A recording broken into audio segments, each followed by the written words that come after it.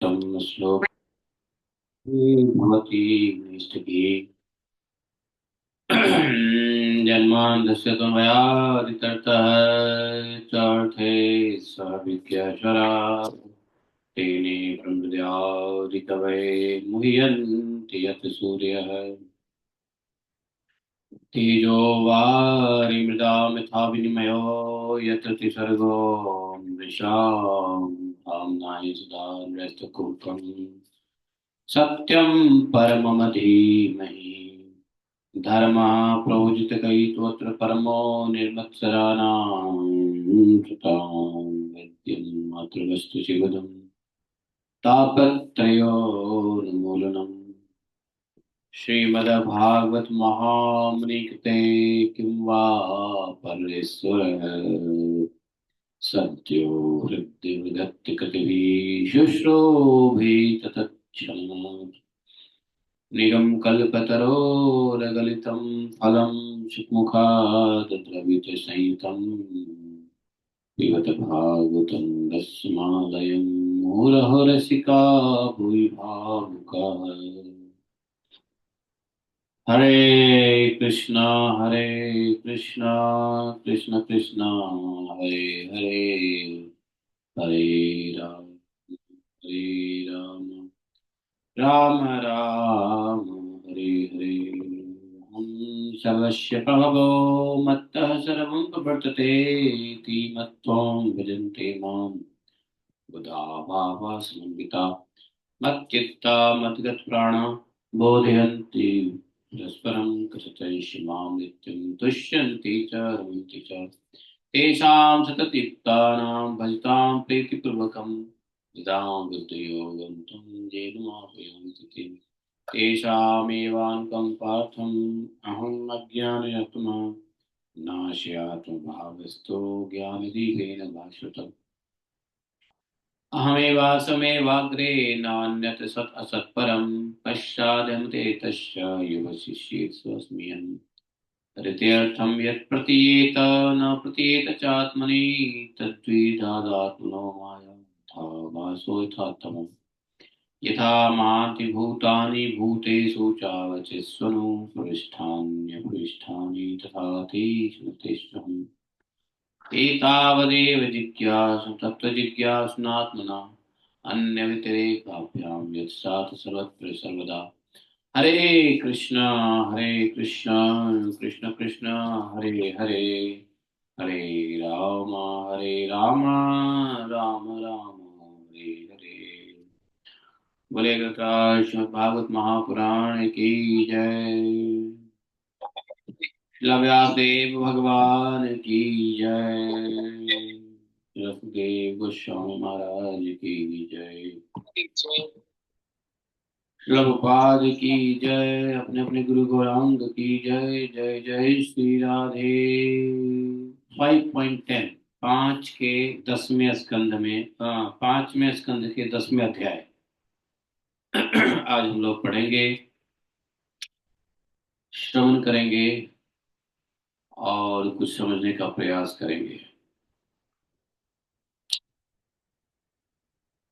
जड़ भरत जी और राजा रहुगन का मुलाकात होगा।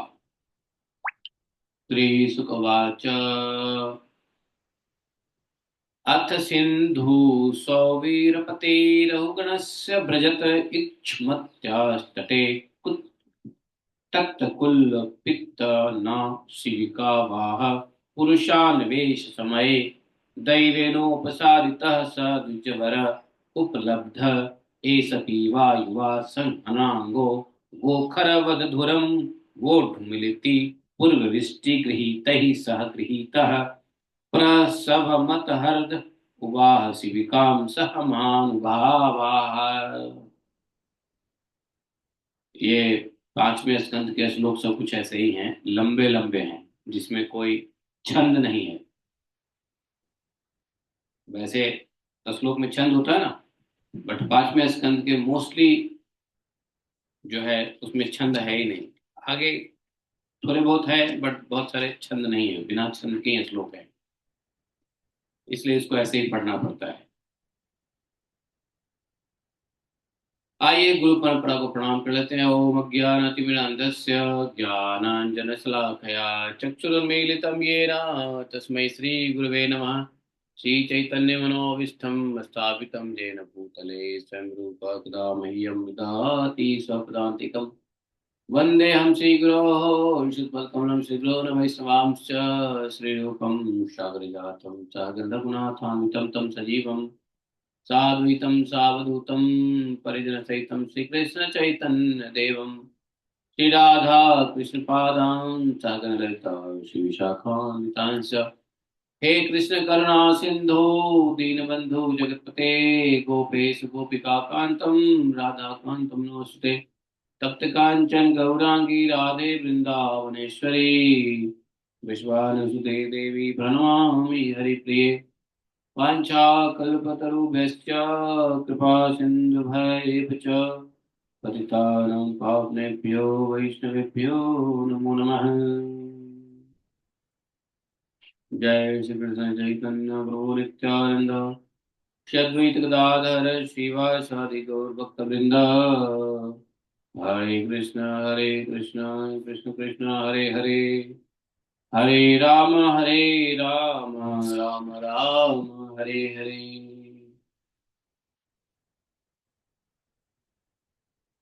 जय श्री राधे। जय श्री राधे। तो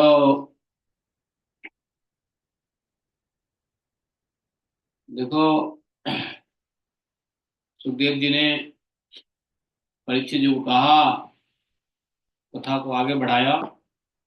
बोले राजन, एक बार सिंधु सौवीर देश का स्वामी अर्थात वहां का राजा, उसका नाम था रहुगण। राजा रहुगण पालकी पर चढ़कर जा रहा था। कहाँ जा रहा था? अपने गुरु के पास, गुरु से मिलने जा रहा था। समझे? राजा रहुगण अपने गुरु से मिलने जा रहे थे पालकी पे चढ़ करके। राजा लोग तो चढ़ते ही है पालकी पे, नहीं? जब वह इक्षुमती नदी के किनारे पहुंचा, तब उसकी पालकी उठाने वाले कहारों के जमादार को एक कहार की आवश्यकता पड़ गई। समझे? क्यों पड़ी? क्योंकि जो कहार होता है ना, कहार समझते हो? पालकी होता है, पालकी के चारों बगल चार लोग होते हैं। चारों बगल नहीं होते हैं, मतलब दो आगे होते हैं, दो पीछे होते हैं। एक लंबा सा डंडा होता है, उसके बीच में उसके पालकी होते हैं लगे हुए, और दो लोग आगे होते हैं, दो लोग पीछे होते हैं। आप लोगों ने कभी पालकी देखा है जिंदगी में? Have you ever seen palki in real life? Yes yes Prabhu, देखा है प्रभु, देखा है। देखा होगा, बैठने का उसमें मौका नहीं मिला होगा आप लोगों को। बैठे भी हो। अली, पालकी में बैठ के क्या ऑस्ट्रेलिया गई थी?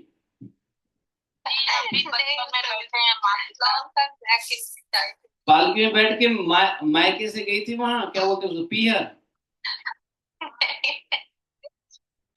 बहुत छोटी थी तब मैं बैठी। याद भी नहीं होगा फिर तो पालकी क्या होता है? जो लोग पालकी में नहीं बैठे हैं उनके लिए थोड़ा सा अनुभव बता दूंगा। जो लोग बचपन में बैठे हैं तो याद भी नहीं होगा पालकी के बारे में। पालकी होता कैसा है? ये एक बड़ा, एक ऐसे ऐसे कोनिकल घर का बना होता है, और स्क्वायर बॉक्स की तरह होता है। थोड़ा लंबा भी हो सकता है, रेक्टेंगल भी हो सकता है, बट मोस्टली स्क्वायर बॉक्स होता है। और उसमें चार छोटे छोटे पहिए लगे होते हैं, खंभे लगे होते हैं। पाया नीचे रखते हैं तो उसी पाया पे टिकता है। और ऊपर में क्या होता है ना, एक लंबा सा डंडा होता है, बड़ा सा। जैसे जैसे लकड़ी के घर बनते हैं तो एक लंबा सा डंडा नहीं होता जिसको बोलते हैं टेक। टेक वुड लगा होता है, टेक वुड। और वो थोड़ा सा लंबा होता है, आगे भी रहेगा 10 फीट, पीछे भी रहेगा 10 फीट। आगे दो लोग कंधे देते हैं और पीछे भी दो लोग कंधा देते हैं। ठीक है? उसको कहते हैं कहार।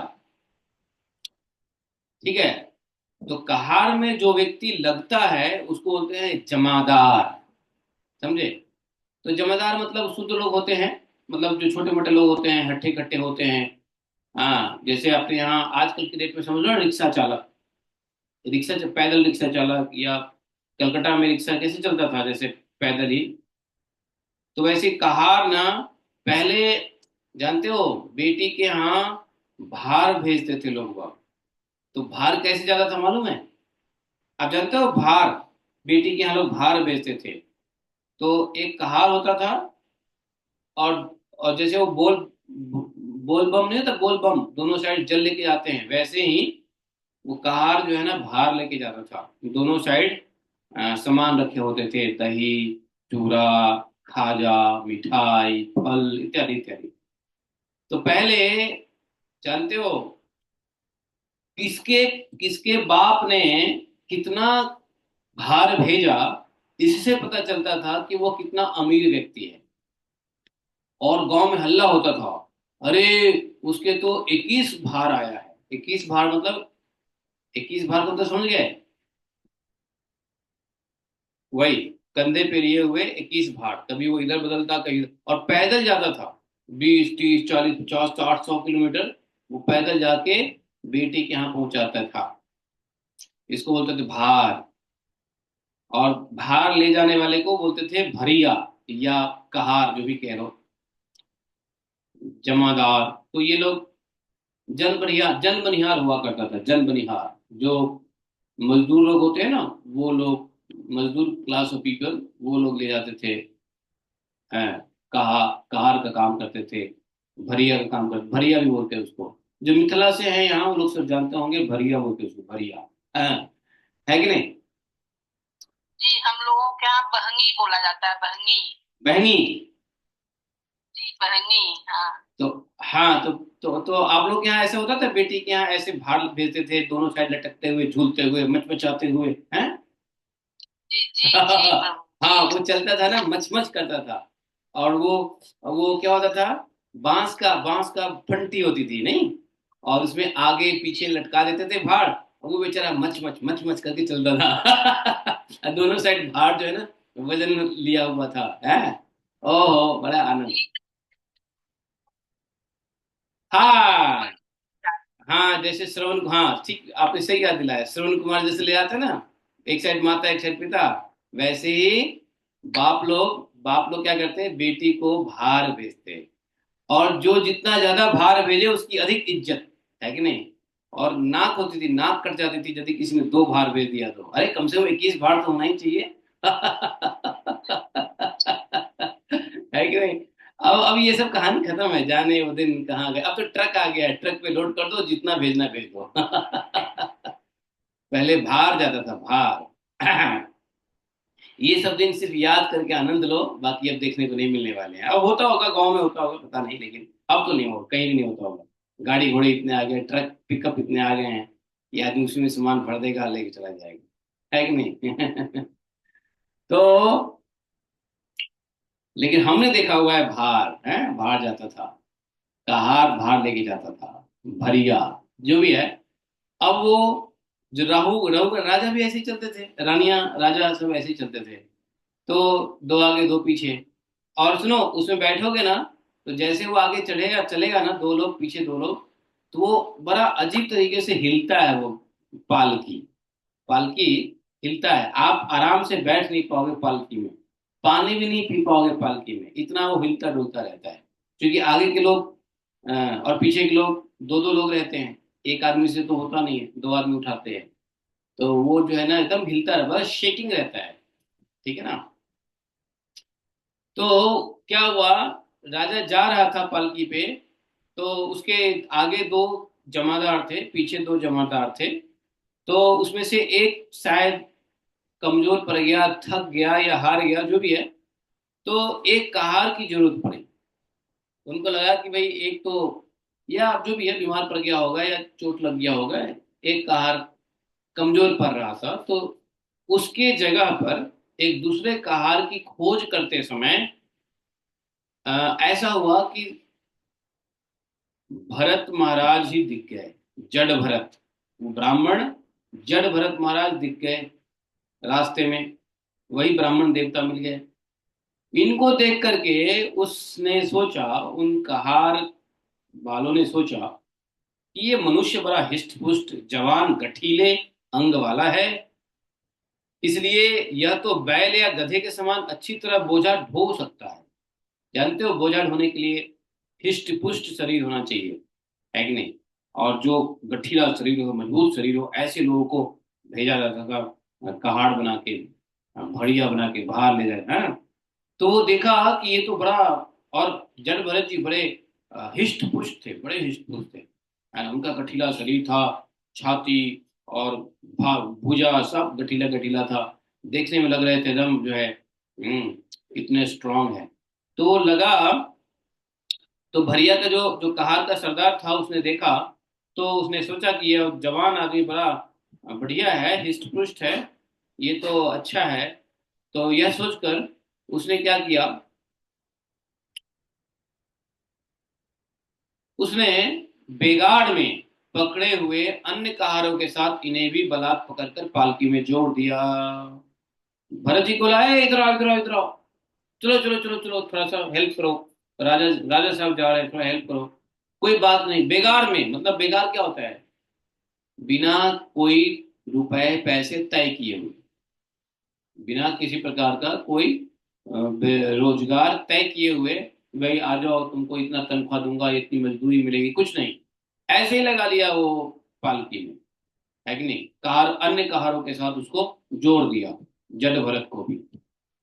महात्मा भरत जी यद्यपि किसी प्रकार इस कार्य के योग्य नहीं थे। महाराज जड भरत एक तो ब्राह्मण बालक, ऊपर से ब्राह्मणिष्ठ,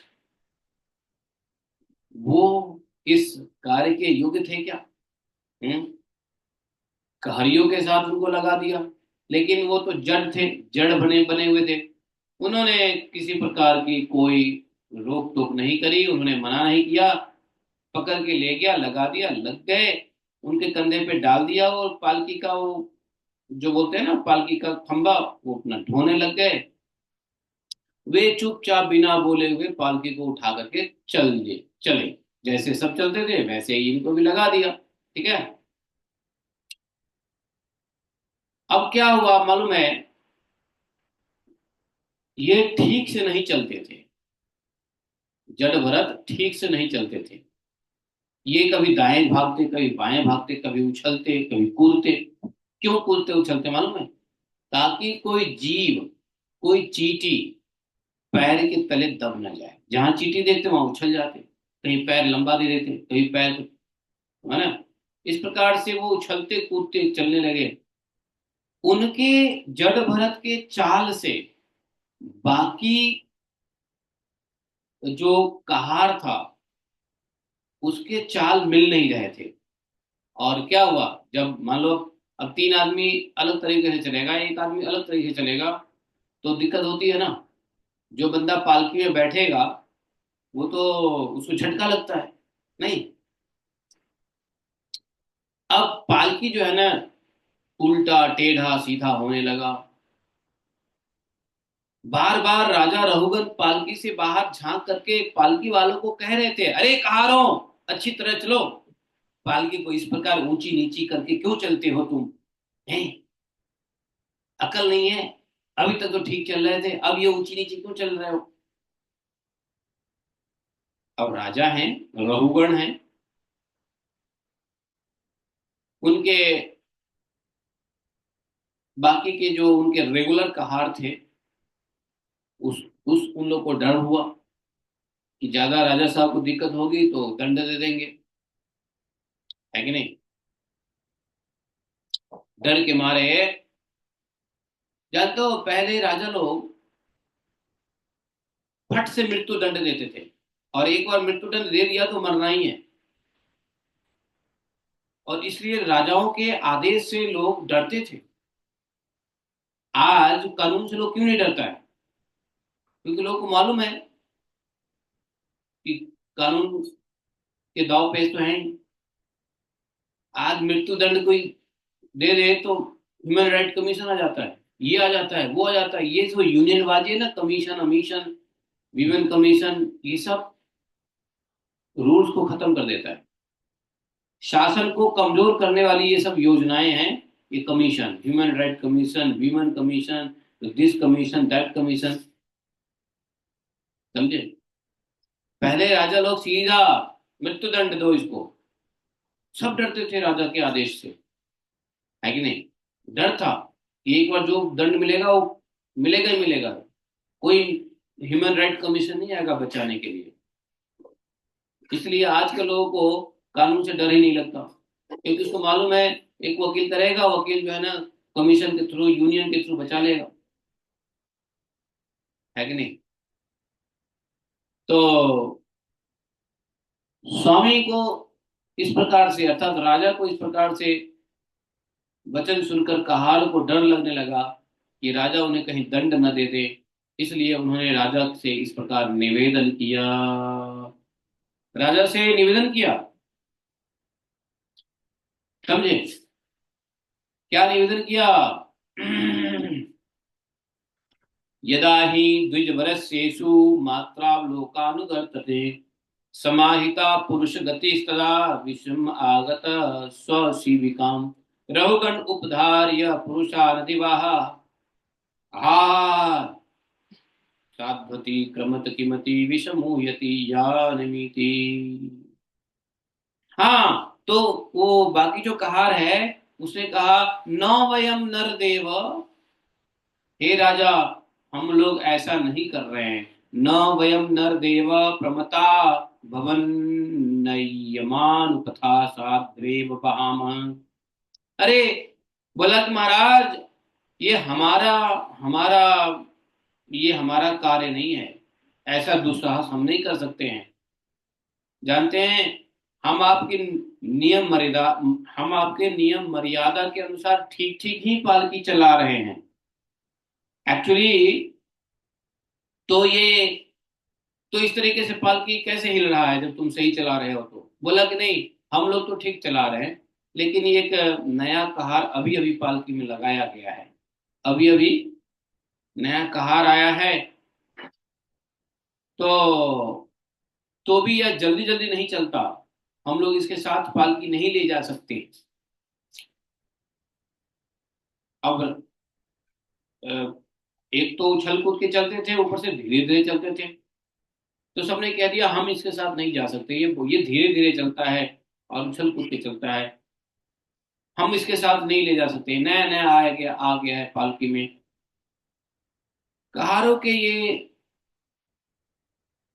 मासूमियत भरी पुअर वर्ड को सुन करके रघुगन ने सोचा, इस संसर्ग से उत्पन्न होने वाला दोष इस व्यक्ति में होने पर भी उससे संबंध रखने वाले सभी पुरुषों में आ सकता है। यदि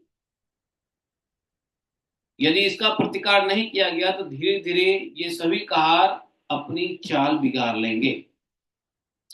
चार कहार है, उसमें से एक अगर गड़बड़ चलेगा तो उसको डांटना पड़ेगा, नहीं डांटेंगे तो चारों को वो बिगाड़ देगा, चारों धीरे धीरे चलने लगेगा। तो राजा ने सोचा कि इसको तो हमको सुधारना ही पड़ेगा, इसको तो कुछ प्रतिकार करना ही पड़ेगा, नहीं तो ये बाकी सभी कहार को अपनी बाकी सभी कहार के चाल को बिगाड़ लेगा। ऐसा सोचकर राजा रघुगन को बहुत क्रोध आया।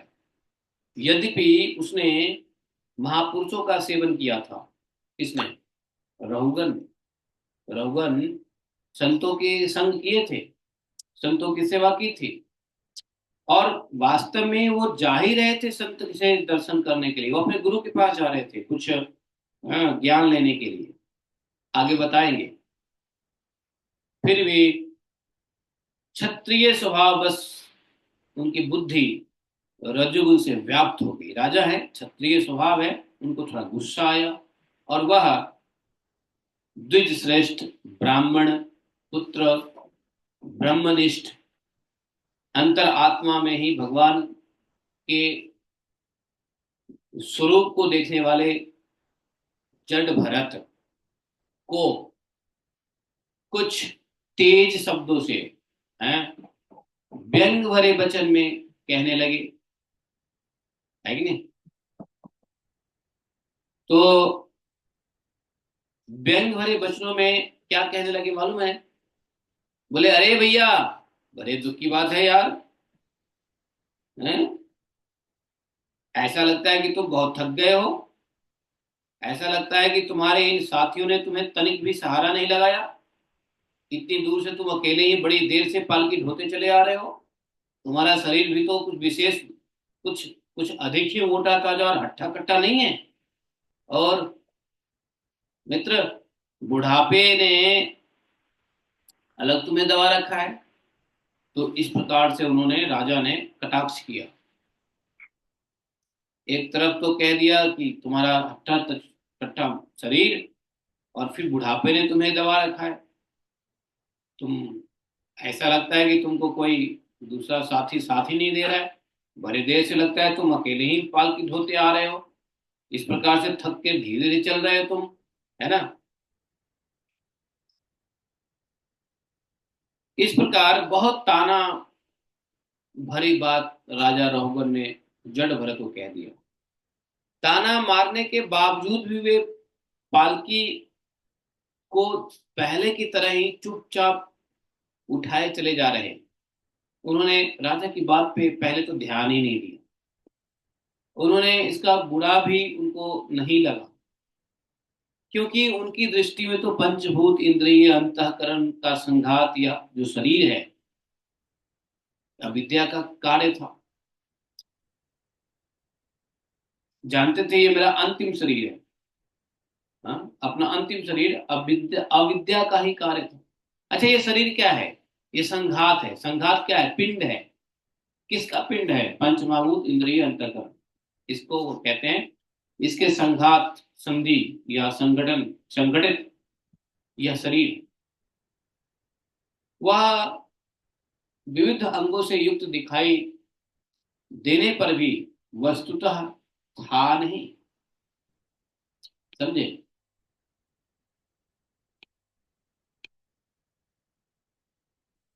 उन्होंने, राजा रघुवर की बातों को थोड़ा भी ध्यान नहीं दिया। ठीक है। अथ पुनः शिविकायां विषम गतायां प्रकुपित उवाच रघुगणः, किमित मरे त्वं जीवन मृतो मां कदत्कृत्य भृतशासन मित्रसि प्रमत्तस्य च ते करोमि चिकित्सां दण्डपाणिरिव जानताया तथा यथा प्रवृत्तिं स्वां भजिष्य इति। वो अभी भी पालकी देखा, राजा ने देखा कि अभी भी पालकी सीधी नहीं चल रही है। यह देखकर राजा रघुवन को और क्रोध से आग बोला हो गया। पहले तो बेचारे शांति से थोड़े कटाक्ष किए थे, उपेक्षा किया था रघुवन को, लेकिन अब जो है पालकी वैसे ही चल रही है। तो इस बार कुछ अधिक क्रोध करते हुए राजा रघुवन बोलने लगे, अरे ये क्या, क्या तू जीता ही मर गया है? तू मेरा निरादर करके मेरी आज्ञा का उल्लंघन कर रहा है। मालूम होता है तू सर्वथा प्रमादी है। अरे जैसे दंडपाणी यमराज जन समुदाय को उसके अपराधों के लिए दंड देते हैं, उसी प्रकार मैं भी तेरा इलाज कई किए देता हूं, तब तेरे होश ठिकाने आएंगे। अब राजा को काफी क्रोध में आए रघुगण। जड़ भरत को दंड के लिए ललकार दिया। बोला कि ठहर, अब तेरे को दंड देना ही पड़ेगा। तू लगता है मेरी बात नहीं मानेगा, तेरे को पता नहीं है, हैं? जैसे दंड पानी यमराज दंड देते हैं जन समुदाय को, मैं भी तेरे को दंड दे करके ठीक करूंगा, तेरा होश ठिकाने आ जाएगा। ठहर। रघुगन को राजा होने का अभिमान था, इसलिए वह इसी प्रकार बहुत से अनाप शनाप बातें जो है बोलने लगा अम, भरत जी को, जड़ भरत जी को। वह अपने को, रघुगन के बातों से लगता था अपने को बड़ा पंडित समझता था, बड़ा ज्ञानी समझता।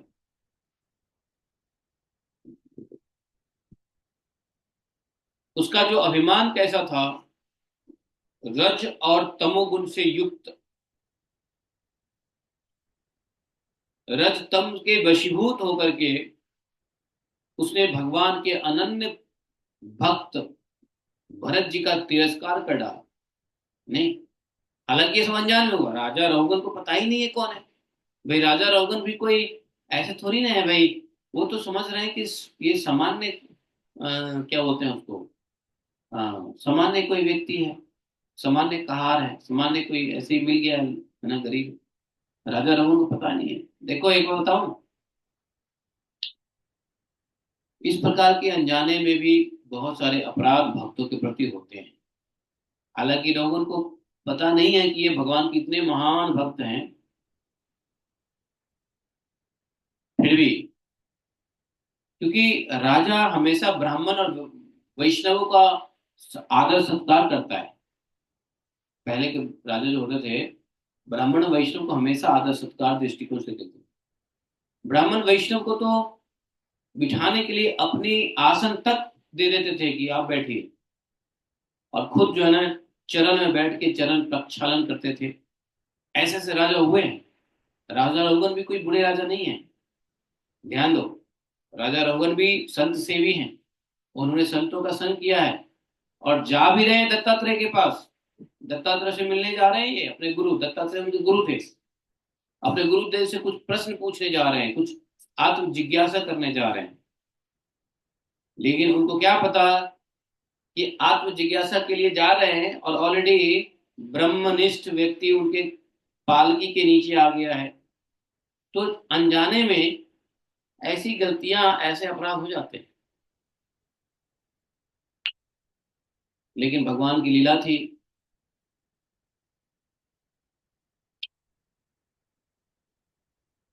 उन्होंने भरत जी को तिरस्कार कर दिया।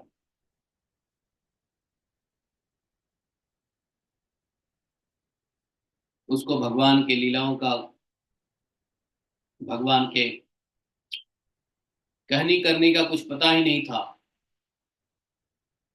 उसकी ऐसी कच्ची बुद्धि देखकर वे संपूर्ण प्राणियों के सुहृद एवं आत्मा ब्रह्मभूत ब्राह्मण देवता मुस्कुराए। कौन? भरत जी मुस्कुराए, और बिना किसी प्रकार का अभिमान किए हुए राजा रघुगन से बोला। उनके अंदर थोड़ा सा भी अभिमान नहीं था, जड़ भरत के अंदर। रघुगन से कहा, क्या कहा रघुगन से? तो सुनो।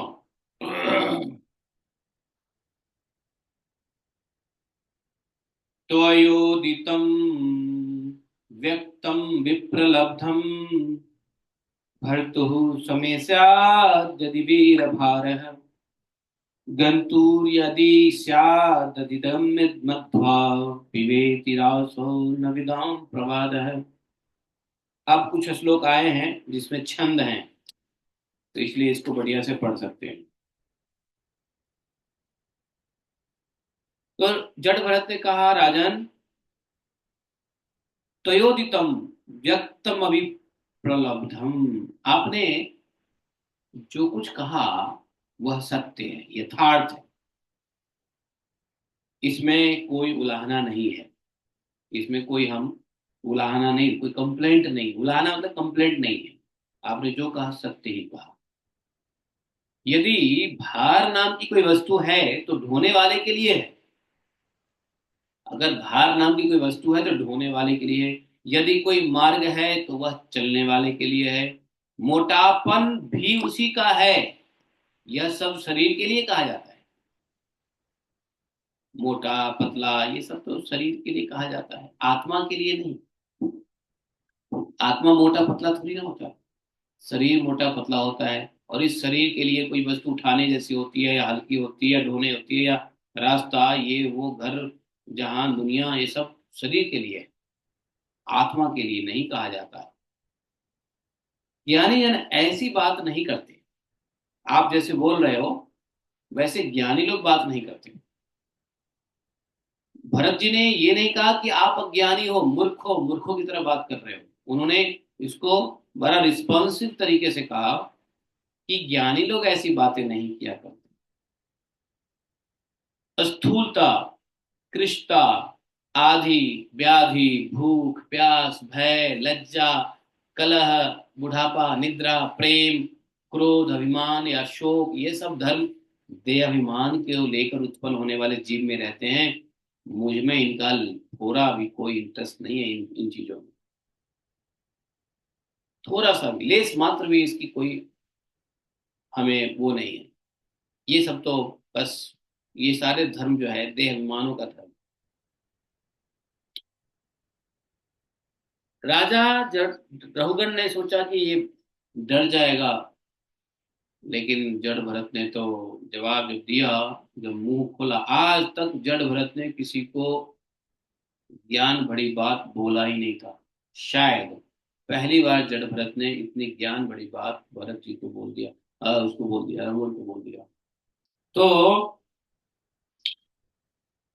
अब जो है आगे बोला, जीवन मृतत्वं नियमेन राजन् आद्यन्तवद्यद्विकृतस्य दृष्टम् स्वस्वाम्भभावो ध्रुवेडेऽत्र तर्युच्यते सौ विधिकृतयोगः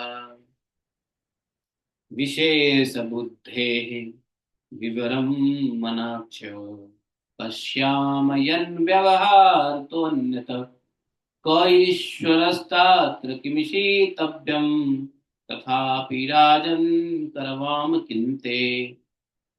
राजा को जड़भरत जी ने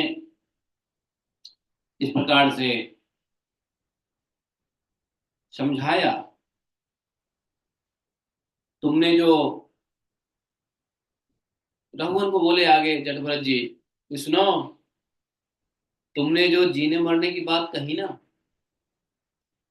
तुमने कहा, आपने कहा ना कि मैं यमराज की तरह दंड, मृत्यु दंड दे सकता हूँ। तो ये जीने मरने की बात जो है ना, सो ये सब विकारी पदार्थ है। उन सभी में नियमित रूप से ये दो बात देखी जाती है, क्या? क्योंकि वे सभी आदि अंत वाले हैं। शरीर क्या है? आदि अंत वाला। यशस्वी नरेश, जहां स्वामी सेवक भाव स्थिर हो, वहीं आज्ञा पालन इत्यादि का नियम भी लागू हो सकता है। जहां स्वामी और सेवक का भाव होता है, वहीं पे आज्ञा और नियम का पालन होता है। तुम राजा हो और मैं प्रजा हूं, इस प्रकार की भेद बुद्धि के लिए मुझे व्यवहार के सिवा और कहीं तनिक भी कोई जगह नहीं दिखाई देता। देखो, अगर परमार्थ की दृष्टि से देखा जाए तो किसे स्वामी कहें और किसको सेवक, बताना जरा। ठीक है, तुम राजा हो, मैं प्रजा हूं, और इस शरीर की वजह से एक भेद बुद्धि तुम व्यवहार में देख सकते हो, लेकिन परमार्थ के दृष्टिकोण से कौन स्वामी कौन सेवक? तुम यदि स्वामित्व का अभिमान तुमको है तो कहो मैं तुम्हारी क्या सेवा करूं? मैं मत उन्मत्त और जड़ के समान अपनी ही स्थिति में रहता हूं, मेरा इलाज करके तुम्हें क्या हाथ लगेगा? कहा था ना कि मैं तुम्हारा इलाज करता हूं, बोला कि मेरा इलाज करके तुम्हें क्या हाथ लगेगा? मैं तो मत उन्मत्त जड़ के समान अपनी ही स्थिति में रहता हूं। मेरे को ना तो काहू से लेना, ना किसी को देना, उद्धव से ना लेना, ना माधव को देना। तुम क्या मेरा इलाज करोगे? तुमको मेरे से क्या हाथ लगेगा? मेरे पास है ही क्या? मैं तो स्वच्छंद विचरता हूं। जानते हो डर किसको होता है मालूम है? यहाँ पे एक भाव दे रहे हैं जड़ भरत, सुनो क्या भाव है। यहाँ पे एक लेसन लेने वाली बात यह है कि जड़ भरत ये कह रहे हैं कि तुम जो कह रहे हो ना कि मैं तुमको वो करता हूँ, क्या बोलते हैं, मैं तुम्हारा इलाज करता हूँ, तो आपको लगता है मैं डर जाऊंगा? डर किसको लगता है जी? जिसको खोने का, जिसके पास कुछ है खोने के लिए, उसको डर लगता है। अगर किसी के पास खोने के लिए कुछ ना हो तो किसी प्रकार का डर नहीं लगेगा, बिल्कुल नहीं लगेगा डर। अब कहोगे खोने के लिए क्या है मतलब? जैसे यदि कोई व्यक्ति यह समझे कि अरे मैं, मेरा घर, मेरा मकान, मेरा बेटा, मेरा पोता, मेरा समाज, मेरा शरीर, मेरा ये, मेरा वो, मेरा फलाना ठिमकाना, जिस जो लोग इन सबको अपना मान लेते हैं ना, उसको छोड़ने का डर सताता है। भरत जी को क्या है, भरत जी कह रहे हैं, जड़ भरत जी कह रहे हैं, अरे मैं तो मत उन्मत्त और पता नहीं जड़ के समान घूमता रहता हूं मैं तो, मेरा न कोई है न मैं किसी का हूं, तुम हमको क्या सबक सिखाओगे हैं? मैं वास्तव में जड़ और प्रमादी ही हूं, तुम कह रहे हो ना प्रमादी, मैं वास्तव में जड़ और प्रमादी ही हूं, तो भी मुझे शिक्षा देना पीसे हुए को पीसने के समान व्यर्थ हो। सुखदेव जी ने यहाँ पे परीक्षित जी को कहा कि परीक्षित, मुनिवर जड़ भरत यथार्थ तत्व का उपदेश करते हुए इतना उत्तर देकर मौन हो गए, ज्यादा नहीं बोले, बस इतना ही बोले कि तुम क्या कर लोगे, मेरा क्या इलाज करोगे, मैं तो पहले से ही जड़ हूं, पहले से ही प्रमादी हूं, पहले से ही आलसी हूं, पहले से ही मैं मरा हुआ हूं।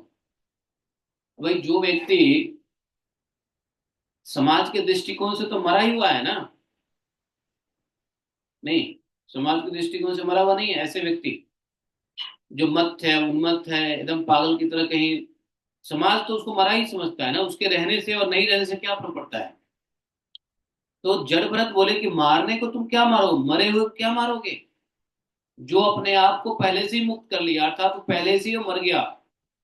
जो व्यक्ति इस शरीर में रह के ही अपने को मुक्त कर लेता है, हालांकि मुक्ति तो शरीर में ही होती है, शरीर छोड़ने के बाद मुक्ति कहीं नहीं है भाई।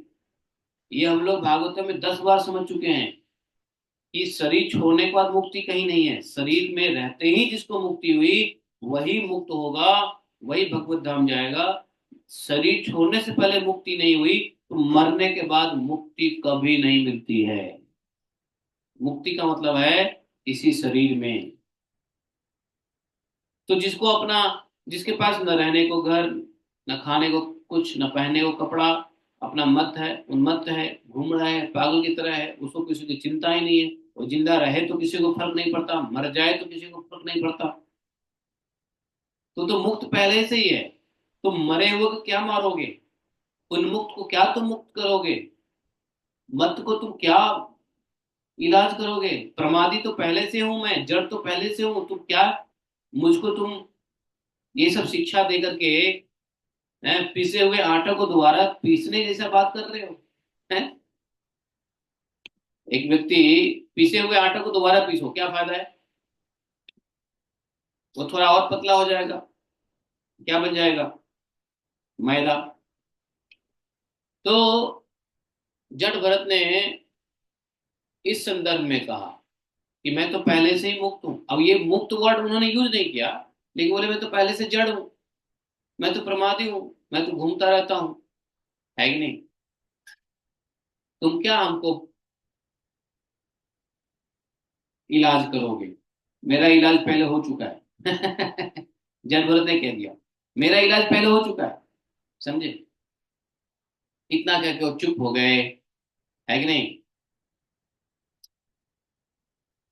और चुप होकर के क्या किए, अपने तरीके से जैसे वो पहले चलते थे वैसे ही पुनः राजा के पालकी को कंधे पे लेकर के चलने लगे जड़भरत जी। लेकिन इतना बोल दिया उन्होंने। और हाँ एक बात तो सुखदेव जी ने एक बात और कहा यहाँ पे कि अगर जड़ भरत को किसी ने पालकी को ढोने में लगा दिया तो जड़ भरत जी ने अपना प्रारब्ध समझ करके, अपना प्रारब्ध क्षय करने के लिए वो लग गए। उनको लगा कि ये मेरा प्रारब्ध है, शायद इसलिए ऐसा आदेश हुआ है, क्योंकि जड़ भरत ऐसे ब्रह्मनिष्ठ हो गए थे, सब में भगवान ही देखते थे वो। तो जो व्यक्ति उनको कुछ कह देता तो वो भगवान के आदेश मान के ही कर लेते, बोलते शायद मेरे कर्म में ऐसी ही प्रारब्ध है जो इनके मुख से भगवान बुलवा रहे हैं। कहार ने कह दिया आ जाओ राजा के पालकी में, जड़ भरत ने सोचा शायद मेरे कुछ कर्म के प्रारब्ध बचे होंगे जो ये काम मिल रहा है, चलो कर लो। तो वो अपनी प्रारब्ध क्षय करने के लिए प्रारब्ध को नाश करने के लिए वो क्या किए, पहले की तरह पालकियों को कंधे पे उठाए और चलने लगे। उनके चाल में परिवर्तन नहीं हुआ, वो वैसे ही चलते थे जैसे वो चलते थे। सिंधु सौवरी नरेश रहुगन भी अपने उत्तम श्रद्धा के कारण तत्व जिज्ञासा का पूरा अधिकारी था। जब उसने उन द्विश्रेष्ठ के अनेकों योग ग्रंथों से समर्थित और हृदय की ग्रंथि का छेदन करने वाला यह वाक्य सुने, अब जैसे यह बात इनकी बात सुना, वो तुरंत अपने पालकी से नीचे उतर गया। राजा था, वो तो तत्व जिज्ञासा के लिए जा ही रहा था, श्रद्धा तो थी ही संतवाणी में। हुआ क्या, जड़ भरत के वाणी में संतों की वाणी का झलक उसको मिला। अरे, ऐसी बात तो कोई साधारण व्यक्ति नहीं कर सकता, ये तो कोई तत्व जिज्ञासा से पूर्ण लबालब भरा हुआ व्यक्ति है। और वो सतर्क हो गया, पालकी से उतरा, और उसका तो पालकी से उतरते ही उसका राजा का मद नाश हो गया, दूर हो गया था। और उसने क्या किया, जड़ भरत जी के पैरों पर अपना सिर रखकर अपने अपराधों का क्षमा मांगने लगा। कहा कि महाराज क्षमा कर दो, क्षमा कर दो महाराज, क्षमा कर दो।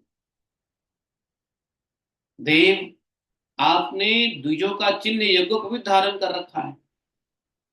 उनको ब्राह्मण रखते हैं ना यज्ञोपवीत, तो बोले कि आप तो ब्राह्मणों वाली यज्ञोपवीत धारण कर रखा है, बतलाइए इस प्रकार प्रसन्न भाव से विचरने वाले आप कौन हैं?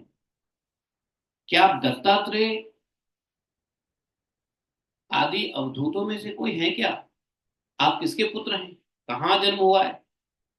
यहाँ कैसे आपका पदार्पण हुआ? यदि हमारा कल्याण करने पधारे हैं तो क्या आप साक्षात सत्य मूर्ति भगवान कपिल जी ही तो नहीं है?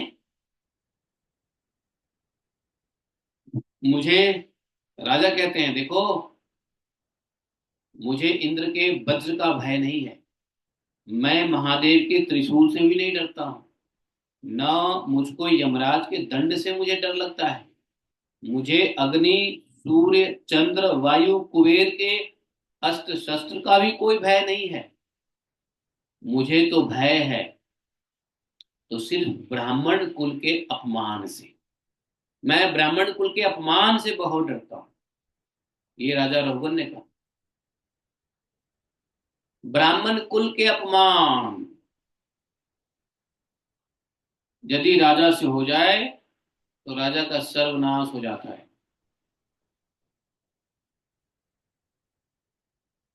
कृपया बताइए,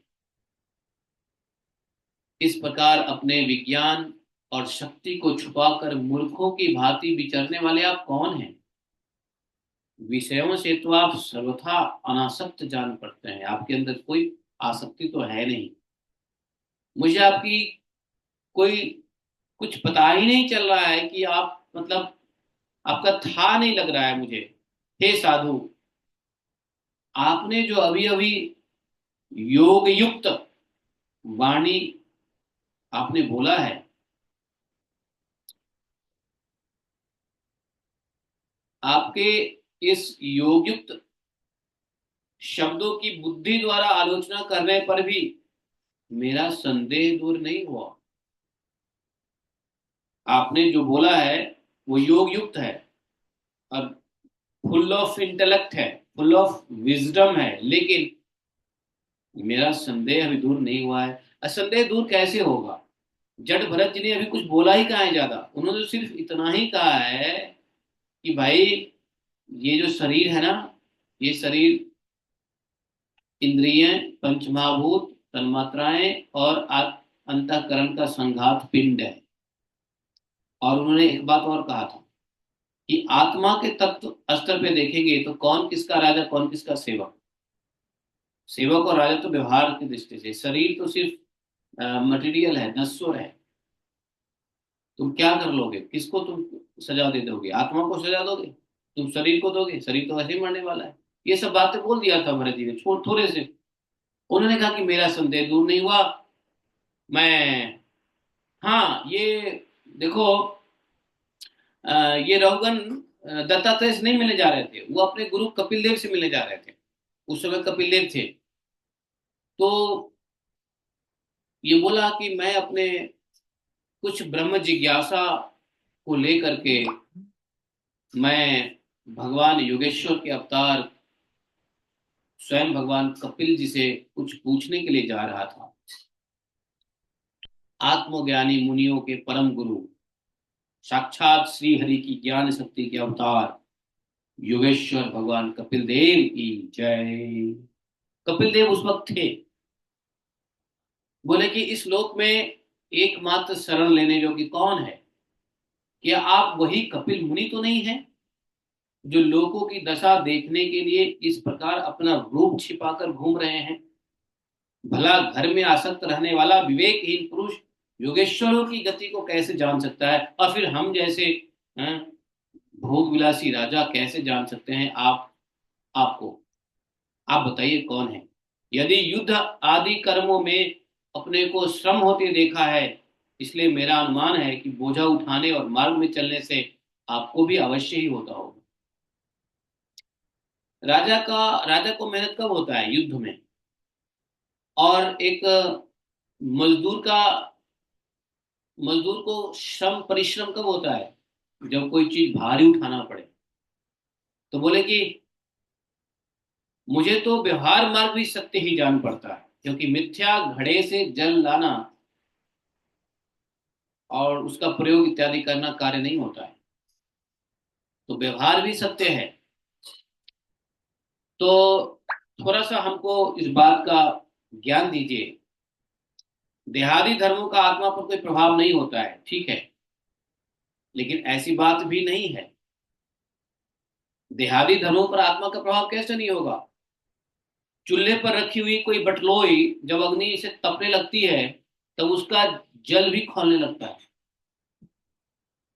और फिर उस जल से चावल का भीतरी भाग भी पक जाता है। इसी प्रकार अपनी उपाधि के धर्मों का अनुवर्तन करने के कारण देह, इंद्रिय, प्राण और मन की सन्निधि से आत्मा को भी उनके धर्म, श्रम आदि का अनुभव होता ही है। आप समझे इस बात को? ये क्या बोल बोल गए? रघुवर ने ये कहा कि आप कहते हो, आपने ये कहा है ना, ये बात हमको नहीं समझ में आ रही है।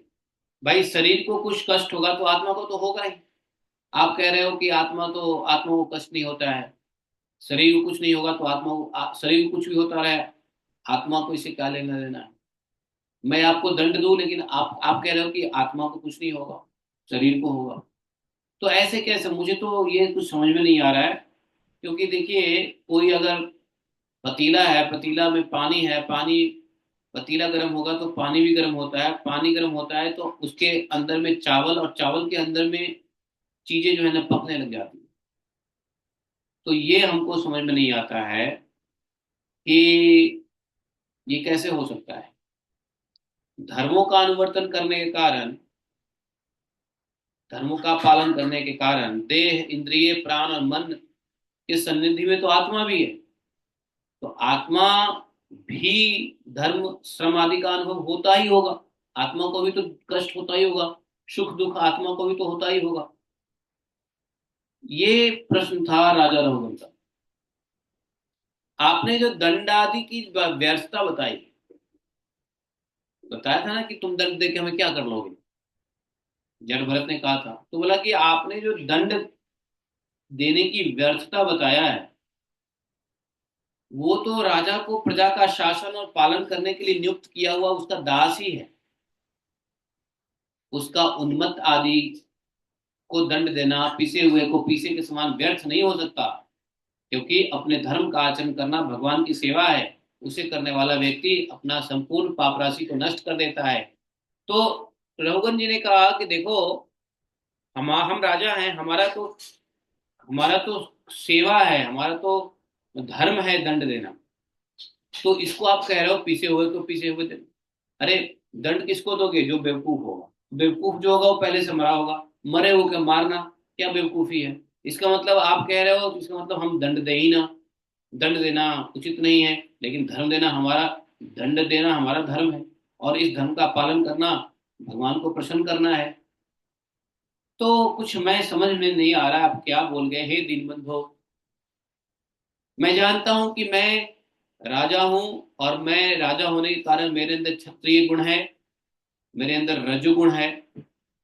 और इस रजोगुण में क्या होता है मालूम है, रजोगुण से अभिमान बढ़ता है।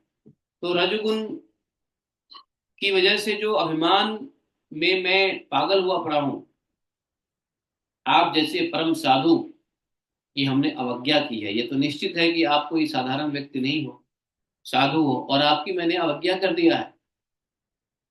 तो अब आप ऐसी कृपा दृष्टि कीजिए जिससे इस साधु अवज्ञा रूप अपराध से मुक्त हो जाओ। साधु अवज्ञा हुआ, अब राजा को समझ में आ गया कि जड़ भरत कोई सामान्य व्यक्ति नहीं है।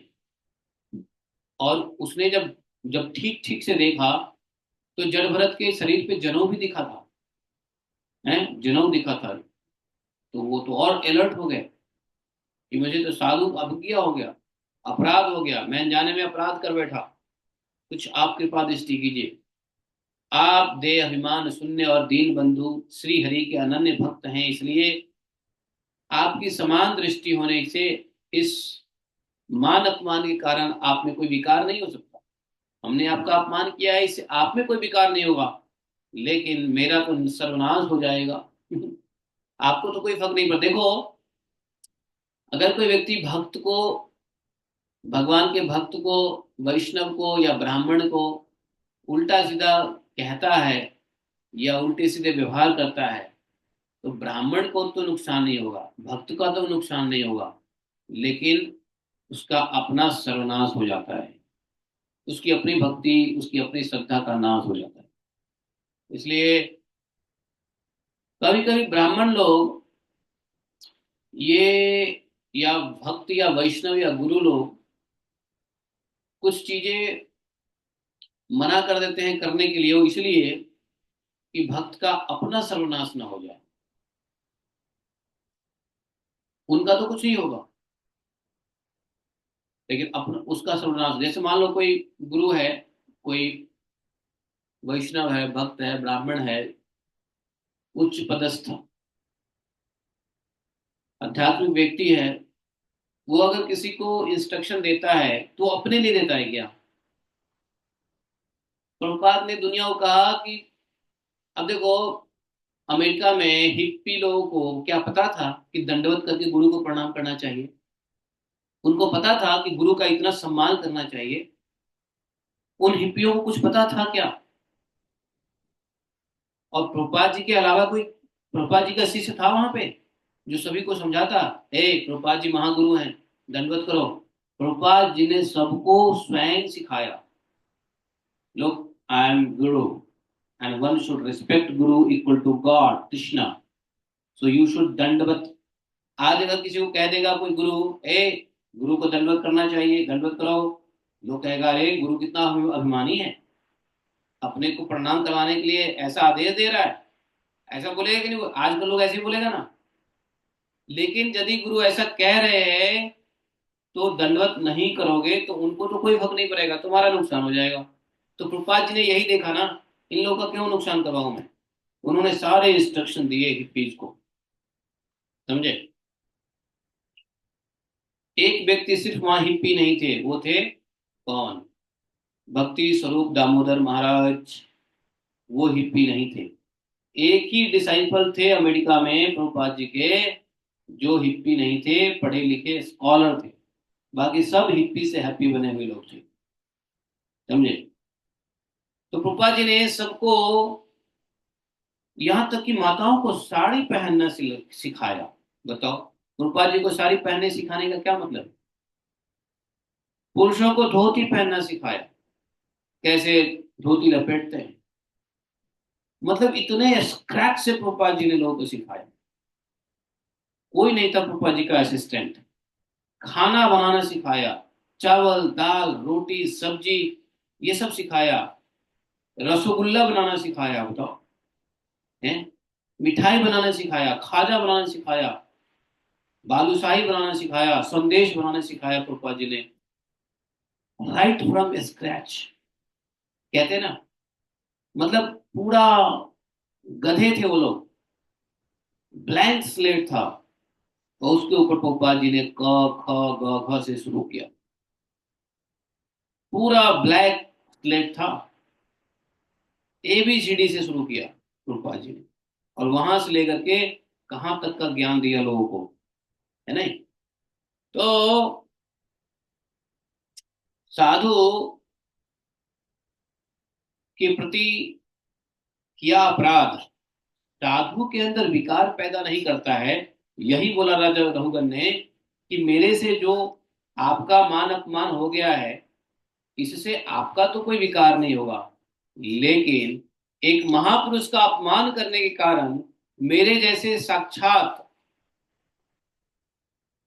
क्या त्रिशूल पाणी महादेव जी के समान प्रभावशाली होने पर भी अपने अपराध से अवश्य थोड़े ही काल में नष्ट हो जाएगा। राजा रघुगन बोला कि मैं ऐसा राजा हूं जो एक बार को तो मैं त्रिशूल पाणी शिव जी का भी टक्कर ले सकता हूं, ऐसे प्रभावशाली राजा होने पर भी आप जैसे महापुरुषों के अपराध से मेरा नाश हो जाएगा, सर्वथा नाश हो जाएगा, इसलिए आपका तो कुछ नहीं बिगड़ेगा, मेरा तो नाश हो जाएगा। इसलिए हे महापुरुष, कृपया करके आप मुझ अज्ञानियों को ज्ञान दीजिए और मेरे अपराध को मुक्त होने का कुछ रास्ता बताइए।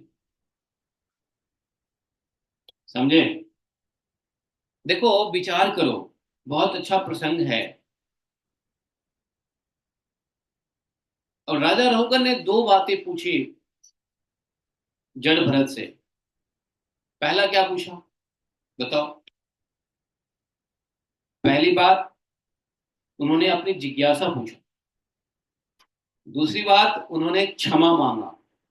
दो बात उन्होंने कहा।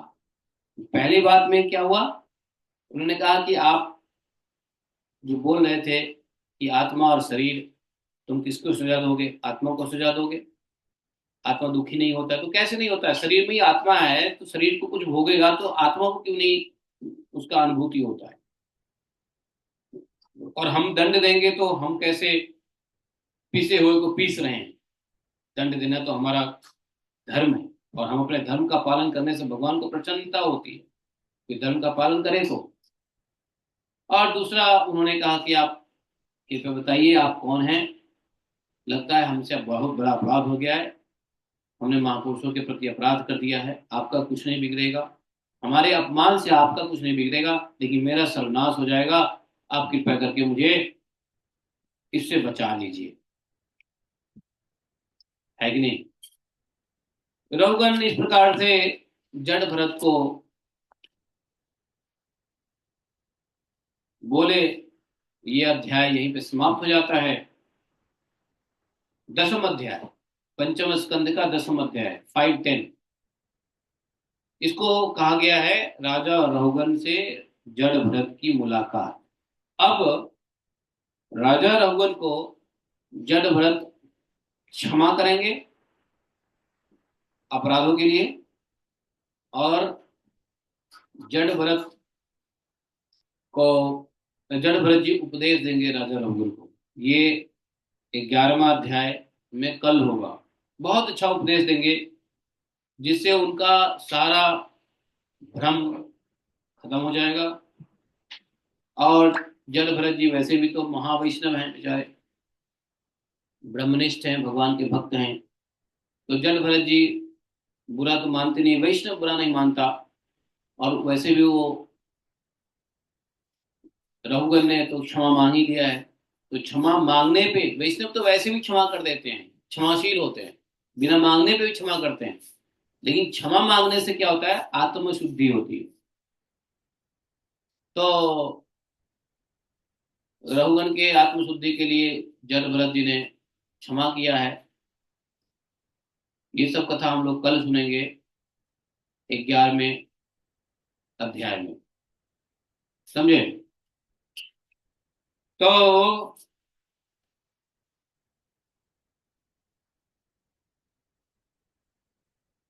ये एक बात जो इन्होंने कहा था कि देखिए, मैं, रघुगर ने कहा था कि भाई मैं तो क्षत्रिय हूं, मैं तो युद्ध लड़ाई करता रहता हूं।